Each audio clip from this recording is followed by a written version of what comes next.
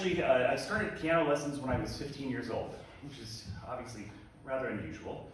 I was a very late starter, and because of that, by the time I really decided that this is something I wanted to really pursue seriously, I was too far behind really to get into college. So I went to a junior college for 2 years, and I studied with a very good teacher during those years. And after I had about 4 years of experience under my belt, I auditioned for the University of Southern California, and I got in. From that point on, I went on to my master's, and I got a graduate performance degree from Peabody, and then my DMA from Cleveland Institute of Music. But in those early days at the University of Southern California, I somehow had found a way to force myself to be able to play the piano repertoire. It was kind of coming out. I could will the notes out of my fingers. But I always knew that there was something that was just a little bit different when I watched my peers. Something, an underlying kind of instability.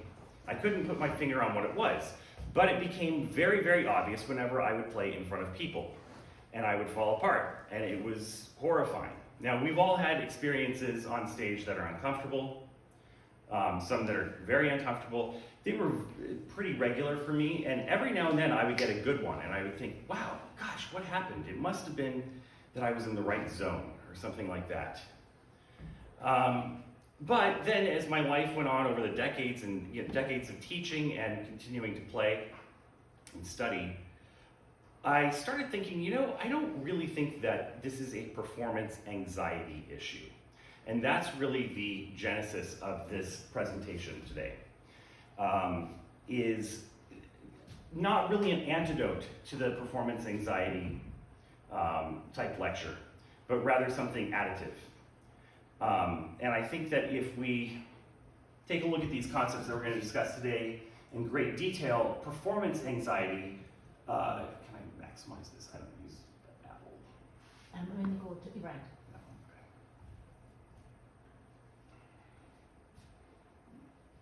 Okay. So today, what we're going to talk about are foundational aspects, and I think that if we really acknowledge these and deal with them, those performance anxiety talks about meditation and breathing and finding your zone and zen and all that make a lot more sense. So let's get into it. Okay. So now I know that I had billed this talk as I played it perfectly at home, or did I? That is still actually what this talk is about. But the more that I worked on this, the more time I spent putting this together, the more I realized that that's really just the sort of catalyst for the bigger issue that I'm after, and that is tenacity and resilience under pressure. So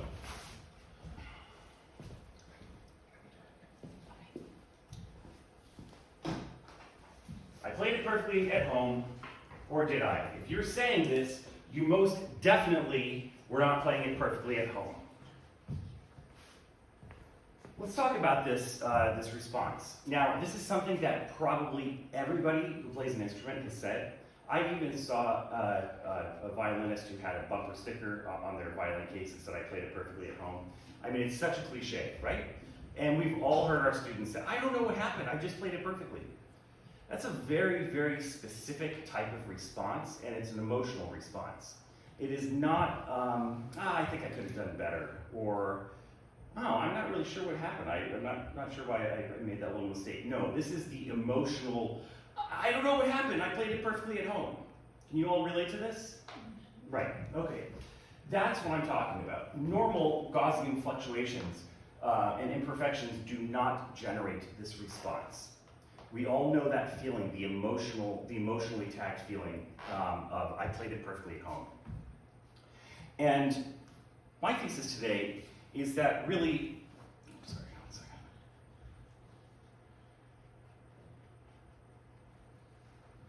second. My thesis today is that the reason that we have these catastrophic, emotionally traumatic You want us to stand over here? No, Oh, I can maximize? help you full screen. Yeah. Or you just. Yeah. I think that what generates this response, I played it perfectly at home, is actually the phenomenon of hidden gremlins in our playing that are unmasked on stage. And today I'm going to prove it to you. And I'm going to prove it with neuroscience. I'm going to prove it with some examples that we're going to do today, and also with some really kind of interesting stories. So, we're going to meet the gremlins. Gremlins, I won't spend much time about the history of gremlins, but it's kind of funny. The term was really popularized, maybe invented, I'm not sure, but popularized for sure in the 1920s. Royal Air Force pilots were, whenever they would have unexplained mechanical issues on their planes, they couldn't figure out what was going on, they blamed it on these little gremlins. That's how the term really became popular. And so these sort of mysterious little goblins that are messing with the wires and creating issues. Now, how many of you have seen the movie Gremlins? Okay, so in the movie Gremlins, gremlins look like this at first. They are cute and fuzzy. Okay, you want to play with them. But if you feed them after midnight, they turn into that. Okay? Now, feeding them after midnight, like so then, not really sure when the clock resets again, so if they have breakfast after, but that's the movie. It's a very funny movie from 1984. I recommend it highly. But that's what gremlins are. And I think that they're a perfect illustration of exactly the phenomenon we're going to talk about today. I have come up with 5 gremlins, and I've thought about this a lot.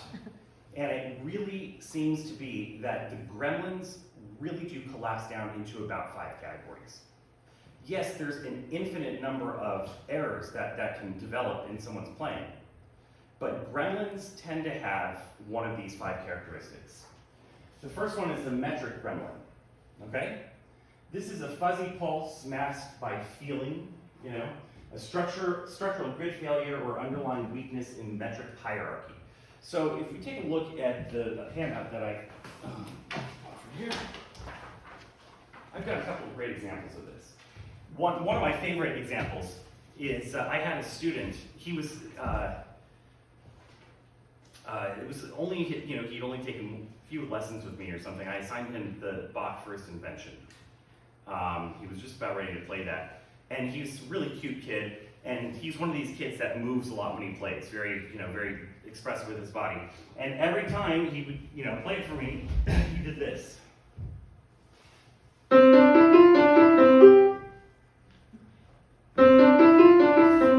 Right? He's hearing the first note on the downbeat rather than on the offbeat. But in his head, he had rearranged the math in such a way that somehow it made sense to him. And when I told him that actually, no, this is not, the first thing I said was, let's not accent the first beat, And it was really hard for him not to do that. And the reason is because he was hearing that as the strong beat. In the packet here, you see one of my favorite examples of this. Let's take a look at the Black Key Etude, the final system here on the first page. If any of you have taught this piece, you have likely encountered exactly this problem with the student. Because the pattern is written, so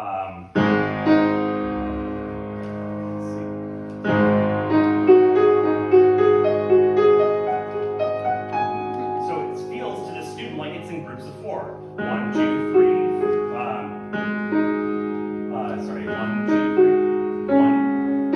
2, 3, 4, 1, 2, 3, 4.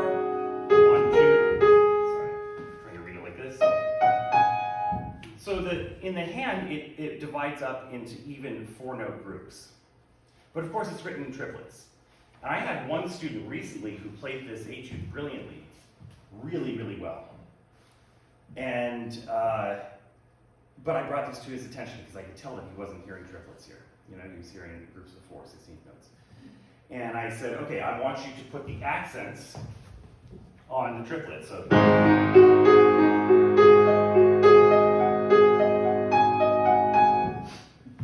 of accent, he could not do it. The whole thing absolutely fell apart, okay? Now, when he walked into that lesson, he sounded so good on that etude that I could have put him on stage, you know, and might have felt confident that he would have done really well, because it was so well played. But I knew that with that metric gremlin in there, especially since I mentioned it, the minute he gets on stage, that's going to become a huge problem, okay? So that's the first type of gremlin, metric. The crutch. This is a kind of funny one. Let's take, right?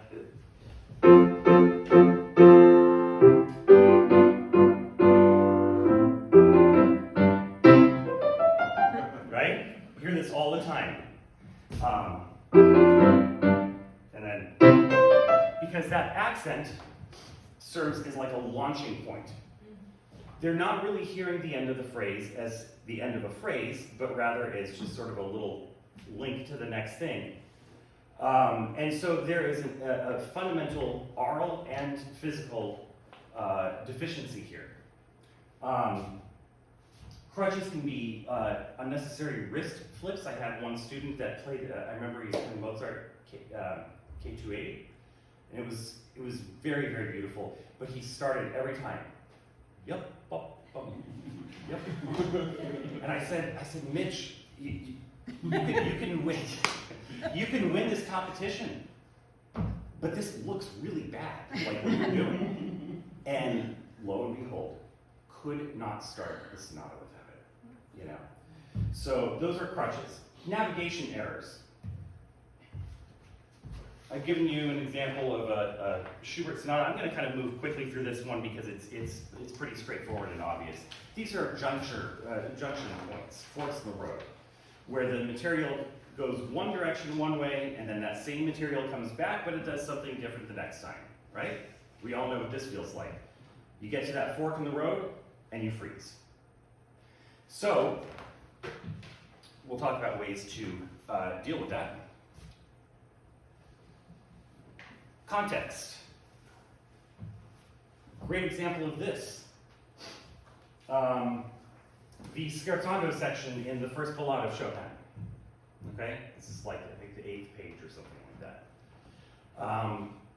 It's a difficult spot, and students often practice it like crazy and play the snot out of it. It sounds great, right? But then, in the context of the mental load of having just played the difficult pages right before that, their mental capacity, they've reached cognitive overload.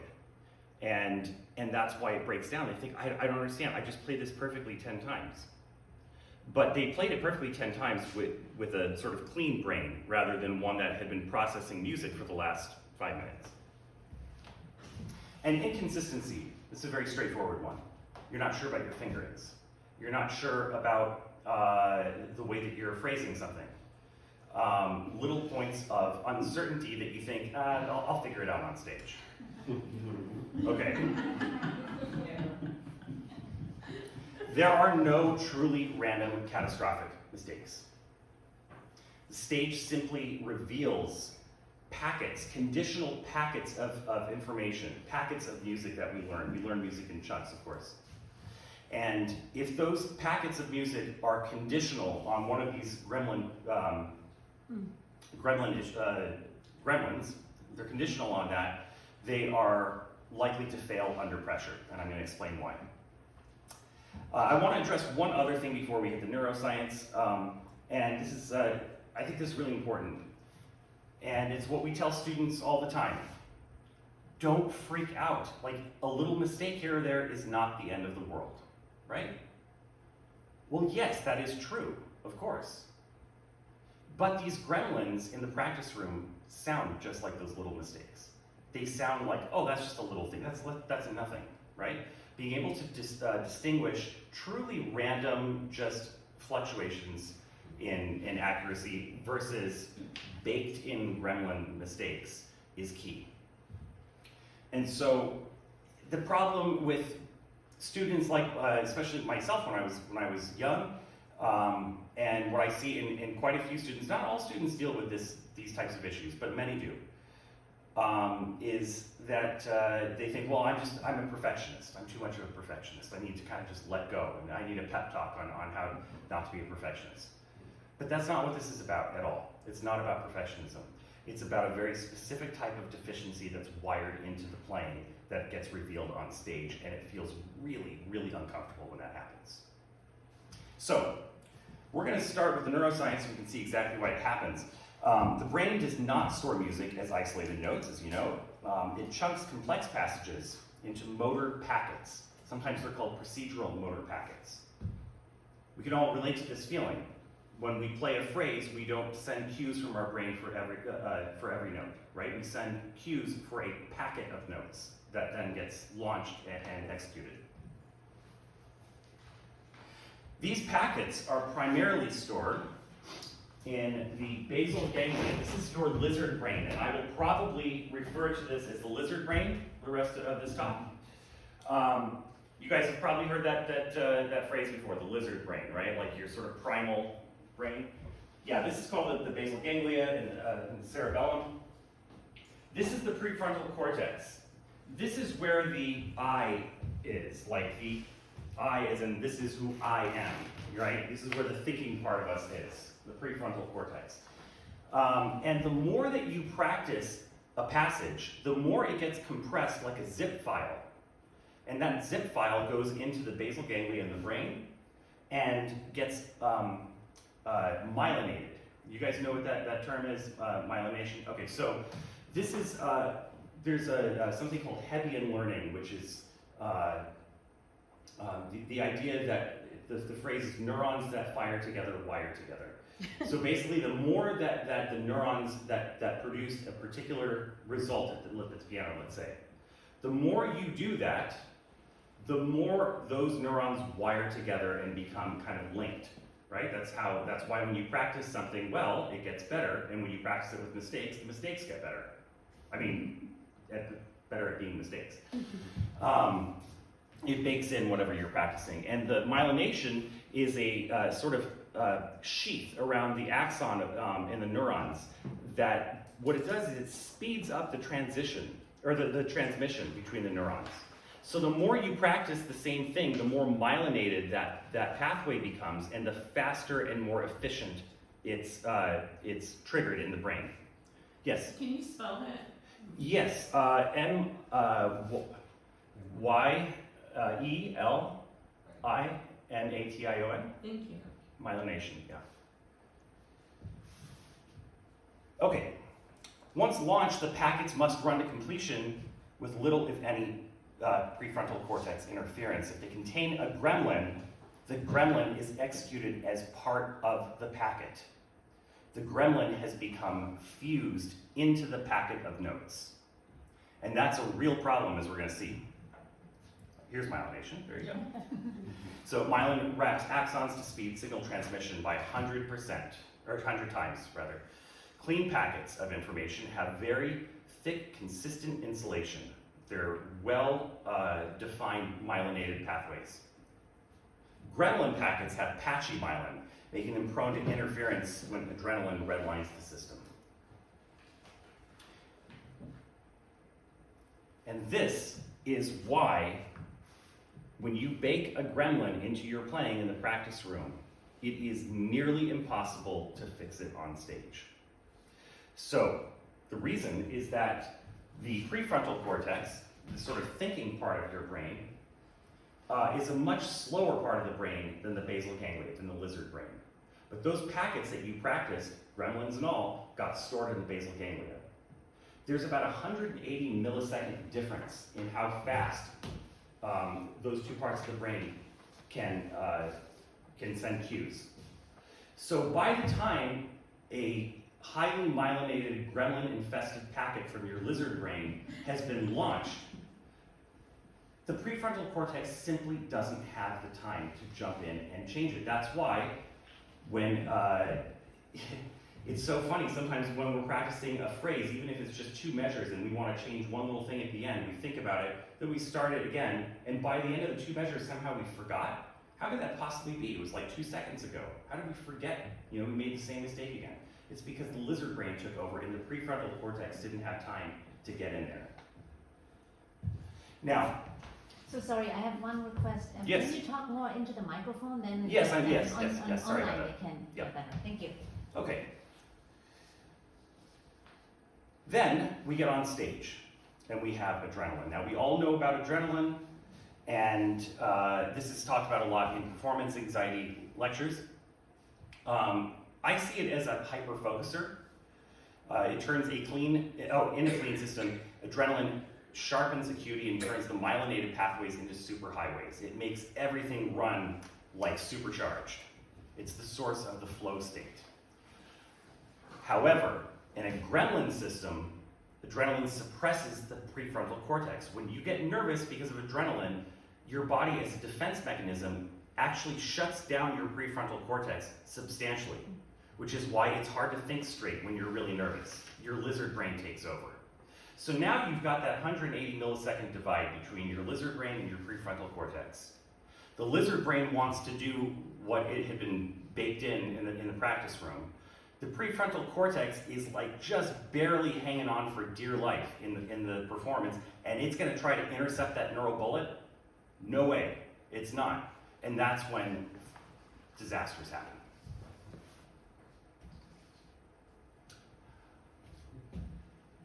I'm going to prove this to you. Just how powerful these myelinated packets are. There was a very strange series of aviation disasters after the Cold War. They seemed really inexplicable. These pilots would find themselves in an upset, an undesirable position of the aircraft, usually when they were overbanking, turning too far. Okay, so if you're overbanking to the right, and you're looking down at your little artificial horizon, banking too far to the right, what do? You turn the control yoke to the left. Problem solved. But in these cases, what do the pilots do? They turned it farther to the right and crashed the plane. How could that happen? Well, they were trained, those particular pilots were trained on Soviet aircraft, which used this type of artificial horizon, where the horizon remains static and the plane icon rotates around it to show the pitch of the plane. That's how they learned to fly. Then after the Cold War, when they started flying Western-built aircraft use a different system where the plane icon remains fixed, but the background shifts around it. So what happened in those upset situations when their adrenaline spiked? Their prefrontal cortex couldn't intercept. It couldn't think its way through in time. Their lizard brain took over, their old training, crashed the plane. That's how powerful this is. It is life and death. The brain can literally commit suicide because it was so heavily myelinated in one way. So trying to remember, it's a G flat, not a G natural on stage, I don't know, pretty risky. So what do we do in the practice room? We subsidize our playing in the practice room. We do that by allowing gremlins to remain in our playing, but we use our prefrontal cortex in the comfort and ease of the practice room, where it's working at full capacity to sort of buffer ahead. You know that feeling when you're kind of thinking ahead to make sure you don't make the next mistake? You can do that when you're under low stress, to a certain degree. You can't do that under stress. So the prefrontal cortex is subsidizing your playing. It's helping you along. It's like a babysitter. It's helping the playing along, and you feel in control because your prefrontal cortex is managing all of that. It's an illusion. It creates a false sense of mastery in low-stress environments. Under performance stress, the subsidy vanishes, leaving the motor system bankrupt and unable to execute the required gestures. So, in the performance, either the gremlin just gets executed with the packet, and then you hear it on stage because you've been hyper-focused, and that causes a problem, or you try to intercept the gremlin in real time, and usually that ends up causing more than just a little nothing finger slip. And by the way, even if you do successfully remove the gremlin on stage, it is going to feel incredibly uncomfortable to play that Mozart sonata without that thump on that note before the jump, for example. It's going to become incredibly uncomfortable to play it without whatever little gremlin you've gotten used to. Reliability requires stripping away all the non-essential effort to expose the raw neurochemical architecture of the performance. Let's see. Whoops. I think I missed something here. Oh, yeah, dopamine. Okay. Dopamine. Dopamine is a neurotransmitter that you've probably all heard of. We think of it as like the pleasure or the happy neurotransmitter. It's really not that actually at all. It's the neurotransmitter that governs expectations. It measures what we expect against what happens. And so, for example, I want you to imagine that in your brain, if there's a little test tube, okay? And it's filled with a red liquid with maybe like an inch left at the top. Now that test tube represents how much you love ice cream sundaes, okay? Then you're walking down the street past or Cinnabons.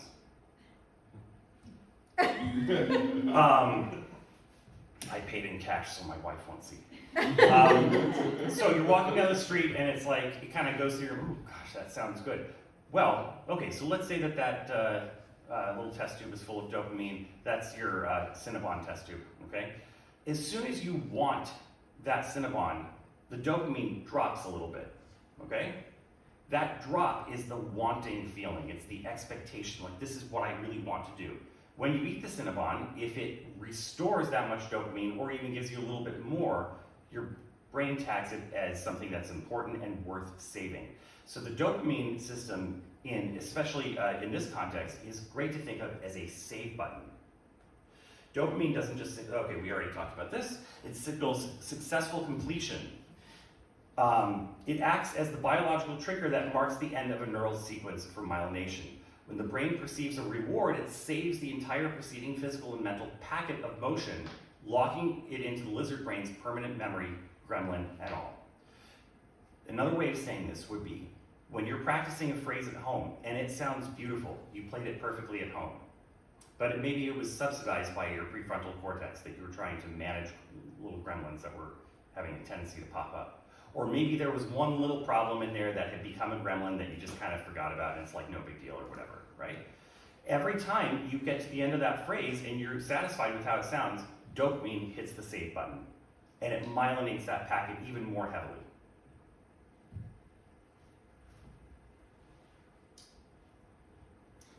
So the brain can't distinguish between the correct technique and the subsidized success. It saves whatever was happening when the reward hit, right? The brain does not go in, save what you just did, myelinate it, and then edit out the gremlin. It can't do that. It fuses the gremlin into your playing. Okay. I did have a little exercise that I wanted to try with you guys, but I'm kind of running a little bit quick, but let's go ahead and do it. I think we got a minute here. We can do this. How many of you know that song 8675309? 8675309. Yeah? Okay. I'm gonna have you guys sing it for about a minute. Okay? We're gonna sing 8675309. You don't have to do the 9 at the end. You just sing 8675309.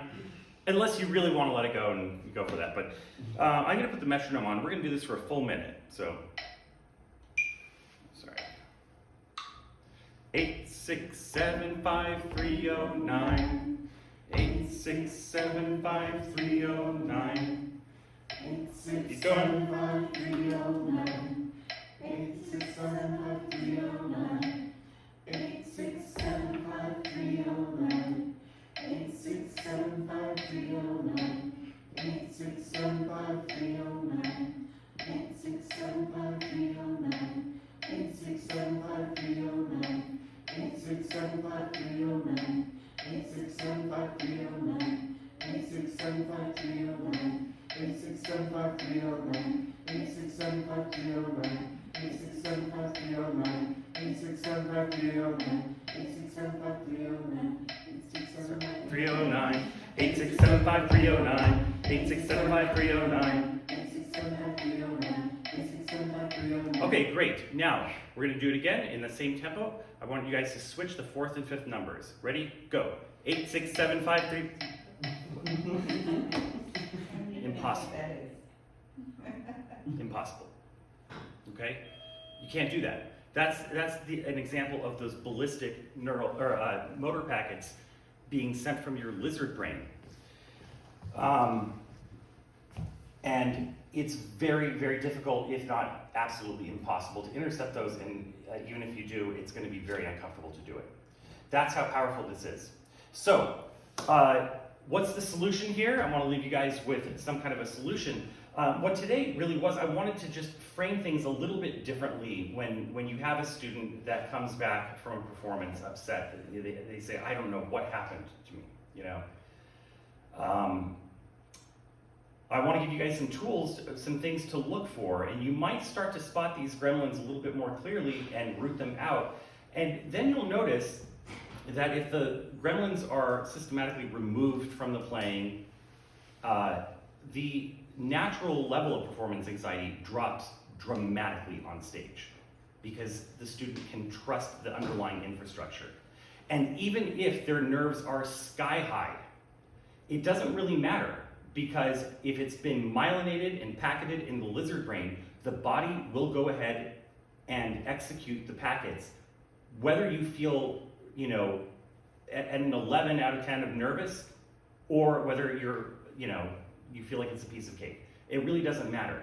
So I try to tell my students, I don't try to teach them not to be nervous on stage.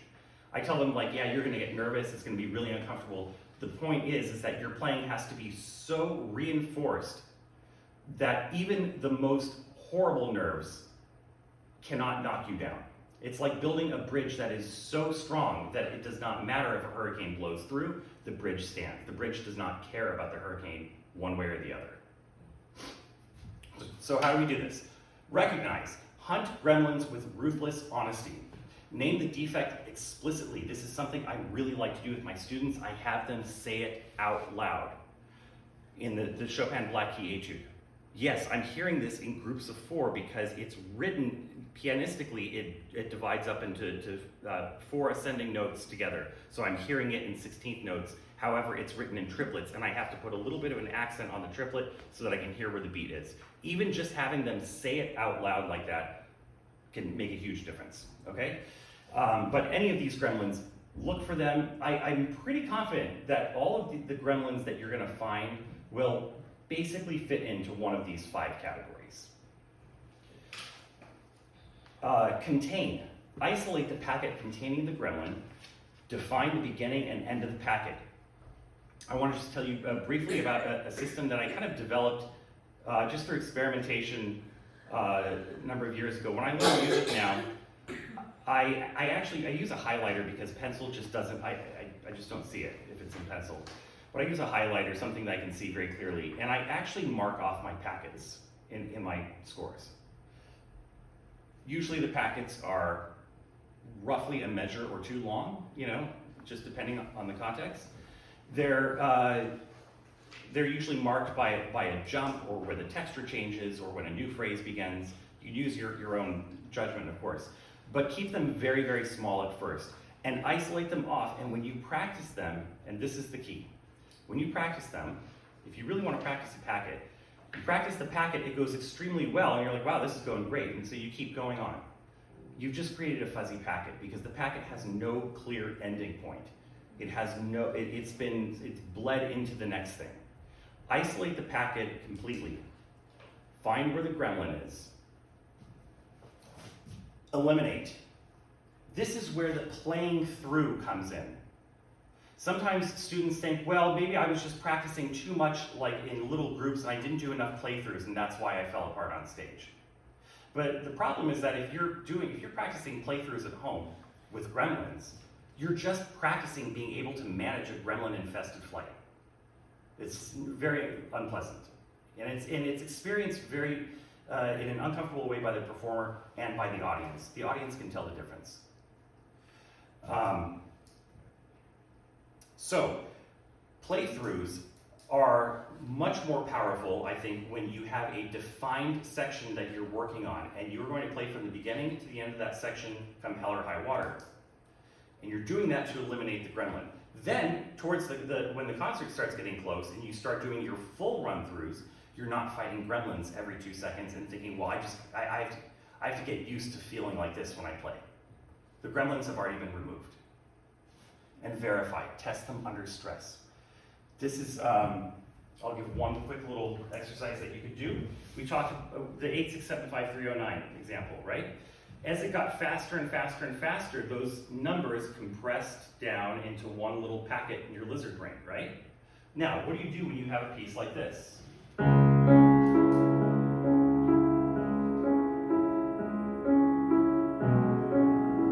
This is very, very slow, and it's very hard to turn that into a ballistic neural packet.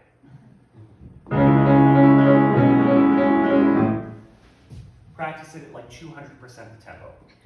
Okay, now this is not a particularly, or maybe it could be a very artistically fulfilling way of practicing, I don't know. It doesn't really matter. Because then when you come back to your slow tempo, and your brain, your prefrontal cortex starts popping in and saying, what's the next note? You can say, I know what the next note is. And all I have to do is just allow my finger to do it, because it's been locked in, and it gives an incredible amount of confidence. This is one of the, probably the most important little practicing suggestion I can give today, is playing very short packets at incredibly high speeds, even if they're not supposed to be that fast, to turn it into a ballistic neural packet that you can rely on, that's gremlin free.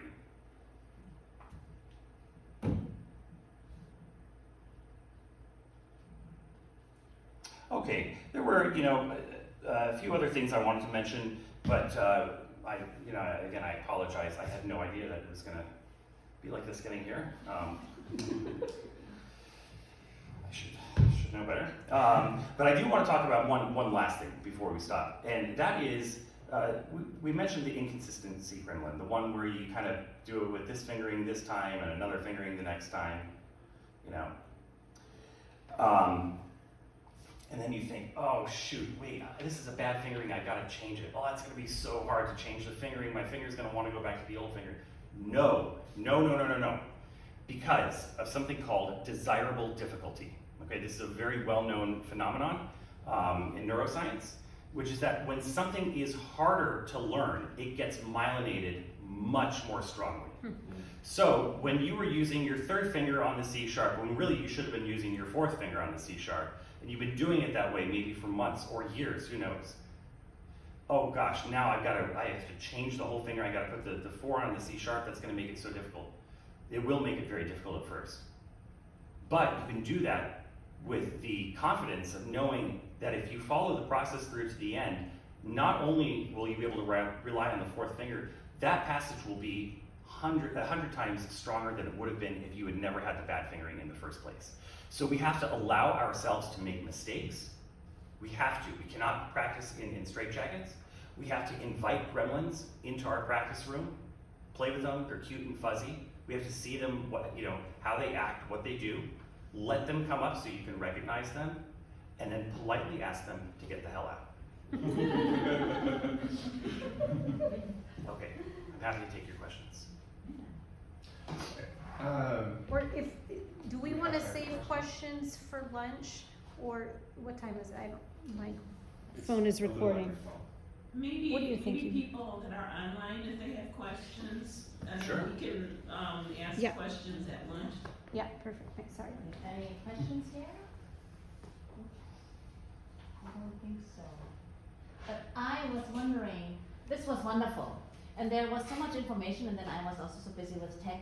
Would you mind sending us, can you download Yes. on the computer your slides and your handout? Because I would love to go over I can it. send a handout, yes, I can definitely do that. Because there was so much information on the slides. If you can put your name or copyright on each of the slides, would you share them with us? Yes, I can look into so that, good. yeah, I'll be happy to send you Just put your something. name everywhere down, that Yeah, nobody steals your idea. Yeah, But sure. I'm happy to do that. Any other questions? I know there's a lot of information there that I kind of went through quickly. I hope that this is something that all of you can relate to in one way or another, that even in your own playing or with your students. And I think that it's the compassionate thing to do is when you see a student fighting gremlins, to make sure that they don't think that their problem is something psychological about them, that they can't handle pressure or I fall apart under stress. That's just not the case 99% of the time at all. The case is that the stress is there for a reason, and that when that reason is resolved, then the stress drops down to what they might consider a normal level of stress for a concert. Anything else? Well, I have a question. Yes. Let's say you're performing usually for 100 people. Yeah. And then you have to play with orchestra with like 10,000 people. Yeah. Yeah. Don't you think that enters into it at all? So what you're saying is it's dependent upon the sort of importance of the concert, how high the nerves will get? Something like that? Haven't played for it in that kind of setting at all. Okay, yes. Now, if you haven't, I think that's kind of a different topic, actually. Yeah, that would be that's just sort of my gut feeling response to your question. That's a question of experience. That first experience of playing for 1,000 people, if you've never done that before, is going to be very different. You're right. Oftentimes, it's actually not nearly as scary as you think it would be, because those 1,000 people kind of just merge into, when you're in a small room with fewer people, you recognize the individuals much more clearly. But what I would tell a student in that situation, if they've only played for smaller groups and now they've got a really big concert, absolutely the first thing I would tell them is you can trust your infrastructure of what you've built in your playing. And even if your nerves go through the roof, because it's 1,000 people and it's a level of nerves you've never even experienced, again, that the lizard brain doesn't really care. It takes over in that moment. And if the information that's been created in the lizard brain is clean, then you can reasonably trust yourself on stage. Now, this is not, obviously we are all humans and we all make mistakes. But I think even in that situation, they would be very, very unlikely to have a falling apart situation where they go home crying, I played it perfectly at home. They might think, whoa, that was really scary, or yeah, I definitely, my playing suffered a bit because of the nerves. But my gut feeling is that it would not have that emotionally charged outcry. Okay, thank you. Anyone else? I agree. Well, thank you so much for your time, and I hope this gave you a lot to think about, and maybe we can chat a little bit later. Thanks.